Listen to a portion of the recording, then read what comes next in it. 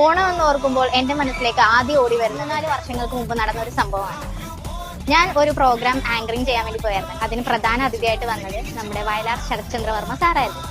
അവതരണത്തിന്റെ ഇടയിൽ ഞാൻ പഞ്ചാര പോലെ ഒന്ന് പറഞ്ഞുപോയി ഓണപ്പുടവാൻ.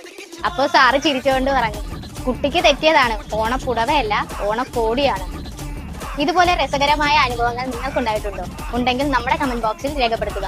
ഏറ്റവും കൂടുതൽ ലൈക്ക് കിട്ടുന്ന കമന്റിന് ഐൻസിന്റെ പുടവ കളക്ഷൻസിന്റെ എക്സ്ക്ലൂസീവ് ആയിട്ടുള്ള ഒരു ഐറ്റം ആയിരിക്കും നിങ്ങൾക്ക് ഗിഫ്റ്റ് ആയിട്ട് കിട്ടാൻ പോകുന്നത്.